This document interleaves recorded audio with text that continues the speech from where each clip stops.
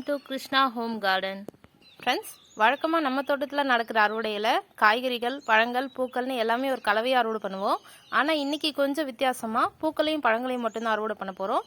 வாங்க போய் முதல்ல பூக்கள் அறுவடை பண்ணுவோம். ஃப்ரெண்ட்ஸ், பூக்கள் அறுவடையில் முதலாவதாக அரளிப்பூக்கள் பாருங்கள். இன்றைக்கி வந்து சந்தன கலர் அரளிப்பூ வந்து கொஞ்சம் இல்லை, இன்றைக்கி பூக்கள் எதுவுமே. இப்போ வந்து சீசன் முடிஞ்சிருச்சு. அந்த செடியை வந்து நம்ம கவாத்து பண்ணி விடணும். இப்போ வந்து இந்த லைட் பிங்க் கலரும் நல்லா டார்க் பிங்காக இருக்கக்கூடிய பூக்களும் தான் பூத்துருக்கு. இன்றைக்கி இதை மட்டும் அறுவடை பண்ணுவோம். ஃப்ரெண்ட்ஸ், ஒரு இடத்துல இருந்த அரளி செடியிலேருந்து பூ பறிச்சிட்டோம். இப்போ அடுத்ததாக வேற ஒரு இடத்துல 2-3 செடிகள் இருக்குது. இதில் இருக்க பூவையும் பறிச்சிடுவோம். ஃப்ரெண்ட்ஸ், அரளி பூக்கள் எல்லாம் பறிச்சாச்சு. இப்போ அடுத்ததாக ரோஜா பூ பறிக்க போகிறோம்.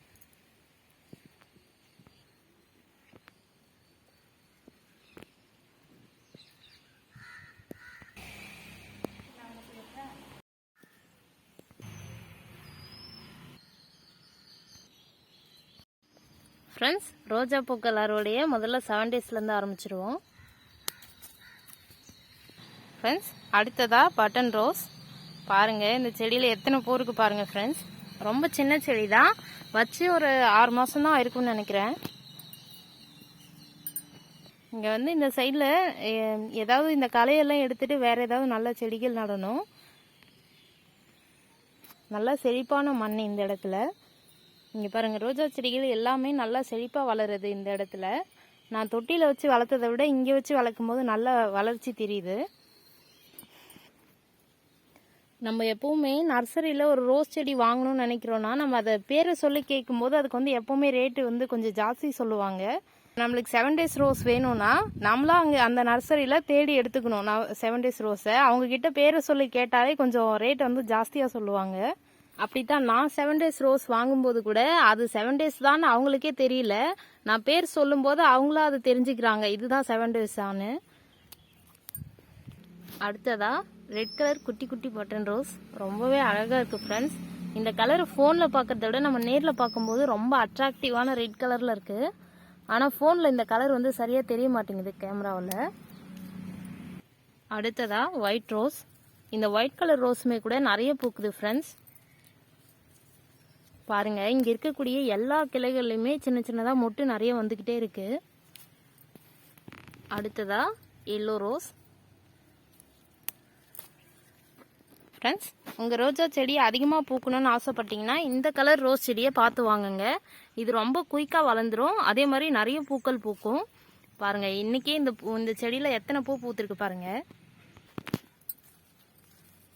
பாருங்க ஃப்ரெண்ட்ஸ், ஒரே கொத்துல 3 ரோஸ் இருக்கு. அப்படியே கொத்தோடு கட் பண்ணிடுவோம். நம்ம இந்த கிளையோட சேர்த்து கட் பண்ணுறதை நினச்சி ஃபீல் பண்ணக்கூடாது. இந்த மாதிரி கட் பண்ணும்போது பாருங்கள், அடுத்ததான் நான் காமிக்கிறேன் பாருங்கள். இந்த செடியை இன்னும் கொஞ்ச நாள் கழித்து அடுத்த அறுவடையில் பார்த்தீங்கன்னா இன்னும் நிறைய துளிர்கள் வந்திருக்கும். அடுத்ததாக இந்த ரோஸ் வந்து கொஞ்சம் ஒத்த அடுக்காக தான் வருது. செடி இன்னும் கொஞ்சம் பெருசாக வளர்ந்ததுக்கப்புறம் நல்ல பூ வந்து கொஞ்சம் பெருசாக பூக்கும்னு நினைக்கிறேன்.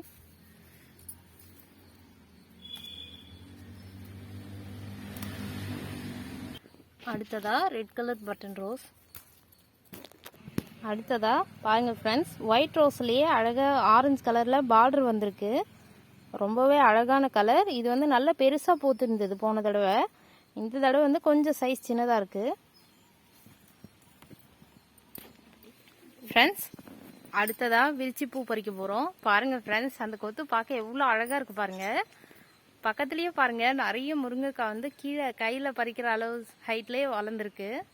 இங்கே கூட பாருங்கள், ரொம்ப கீழே இருக்குது பாருங்கள். ஃப்ரெண்ட்ஸ், தரையில இருந்து எவ்வளோ உயரத்தில் இருக்குது பாருங்கள். என் முகத்துக்கு நேராக இருக்குது இந்த காய். இப்போ இது வந்து ஒரு 2-3 வருஷமாகவே ஒரு சரியாக காய்க்கவே இல்லை. இந்த மரம் சுத்தமாக ஒரு காய் கூட காய்ச்சதில்லை. ஆனால் இந்த வருஷம் வந்து நல்லா காய்ச்சிருக்கு, நல்லா டேஸ்டாகவும் இருக்குது இந்த காய்.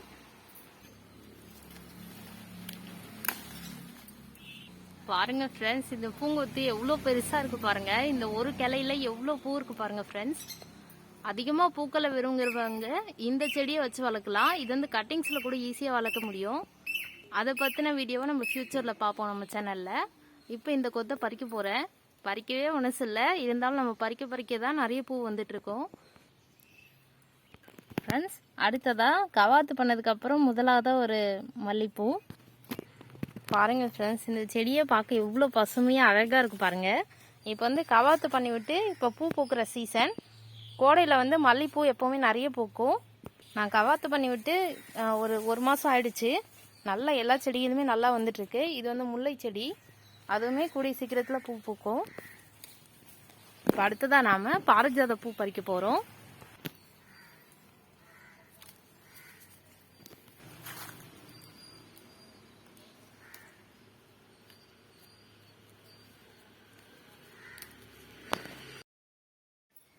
ஃப்ரெண்ட்ஸ், அடுத்ததாக பழங்கள் அறுவடையில் முதலாவதாக எலுமிச்சை.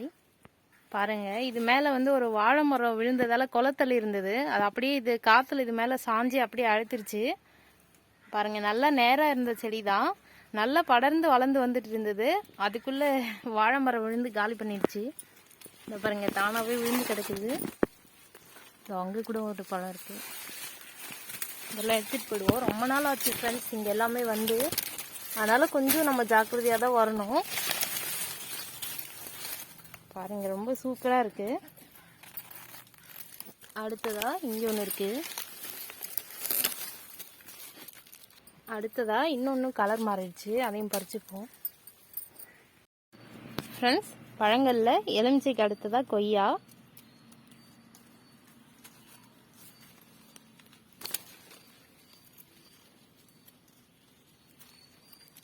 இது நாளைக்கு பறிச்சுக்கலாம்.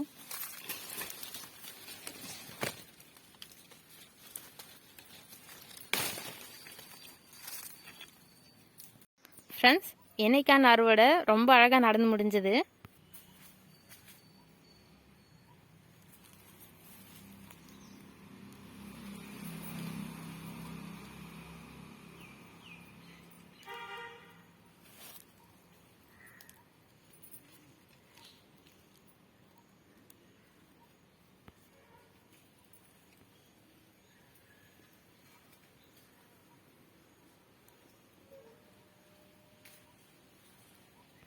ஃப்ரெண்ட்ஸ், இன்னைக்கான அறுவடையில் ரொம்பவே அழகான விதவிதமான பூக்கள் அறுவடை பண்ணியிருக்கோம்.